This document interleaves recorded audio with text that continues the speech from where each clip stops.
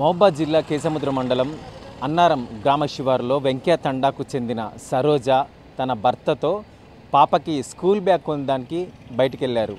అదే సమయం లోపల ఒక కారు వెనక నుండి వచ్చి ఢీకొనడం జరిగింది. దాంతో ఆమె కింద పడడం జరిగింది. ఆమెకు తీవ్ర గాయాలయ్యాయి. అయితే ఆమెని ఆసుపత్రికి తరలించారు.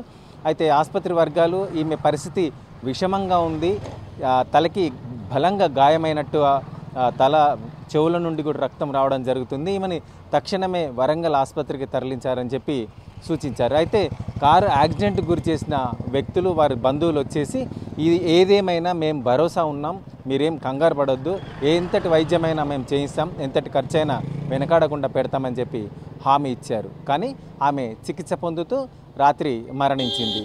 మరణించిన వెంటనే ఈ హామీ ఇచ్చిన రామకృష్ణ వీరు బంధువులందరూ కూడా ప్లేట్ మార్చారు. మాకేం సంబంధం లేదు, కాకపోతే ఒక 10,000 ఇస్తాం, తీసుకొని వెళ్ళండి అని చెప్పంగానే ఈ మృతుల సరోజన బంధువులందరూ కూడా అక్కడ చేరుకొని అతన్ని చితక బాదుకుంటూ రోడ్డుపై కొట్టుకుంటూ పోలీస్ స్టేషన్కి తీసుకెళ్లే ప్రయత్నం చేశారు. ఈ విషయం తెలుసుకున్న పోలీసులు ఘటనా స్థలానికి వచ్చారు, వారిని ఆపే ప్రయత్నం చేశారు.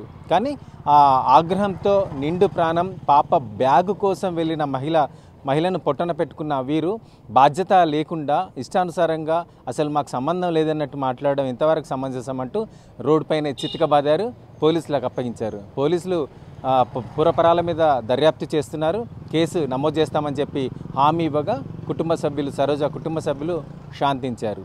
కెమెరామెన్ రాజుతో నరేందర్, RTV న్యూస్, వరంగల్.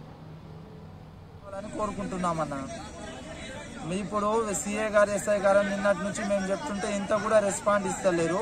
వాళ్ళకు మరి వాళ్ళు ఏమంటున్నారంటే మాకు సెంట్రల్ మినిస్టర్ ఉన్నాడు, హోమ్ మినిస్టర్ ఉన్నాడు, మాకు ఎమ్మెల్యే ఉన్నది, ఎంపీ ఉన్నది, మేము ఎక్కడి నుంచి చేసుకోవాలో అక్కడి నుంచి చేసుకుంటాం, నువ్వు నన్ను ఏం చేసుకోపోలేవని నిన్న ఆయన పెనుగొంటి రామకృష్ణయ్య గారు కూడా ఉన్నారు. పొద్దున కూడా వాళ్ళు ఎస్ఐ గారు వాళ్ళు ఏం చెప్తే వాళ్ళ వైపే ఇది చేస్తున్నాడు. కానీ మాకైతే ఇంత కూడా రెస్పాండ్ ఇస్తలేరు. వాళ్ళనేమో తీసుకెళ్లి లోపల ఏసీ రూమ్ లో కూర్చోబెట్టిండు, మాకేమో ఇక్కడ గ్రౌండ్ లో కూర్చోబెట్టుకుని మమ్మల్ని బాగా సతాయిస్తుండు. ఎస్పీ గారు దీన్ని వెంటనే, ఇప్పుడు టీవీలలో కూడా వస్తుంది, ఇది మీరు వెంటనే స్పందించి మాకు తగిన న్యాయం చేయాలని కోరుకుంటున్నాం.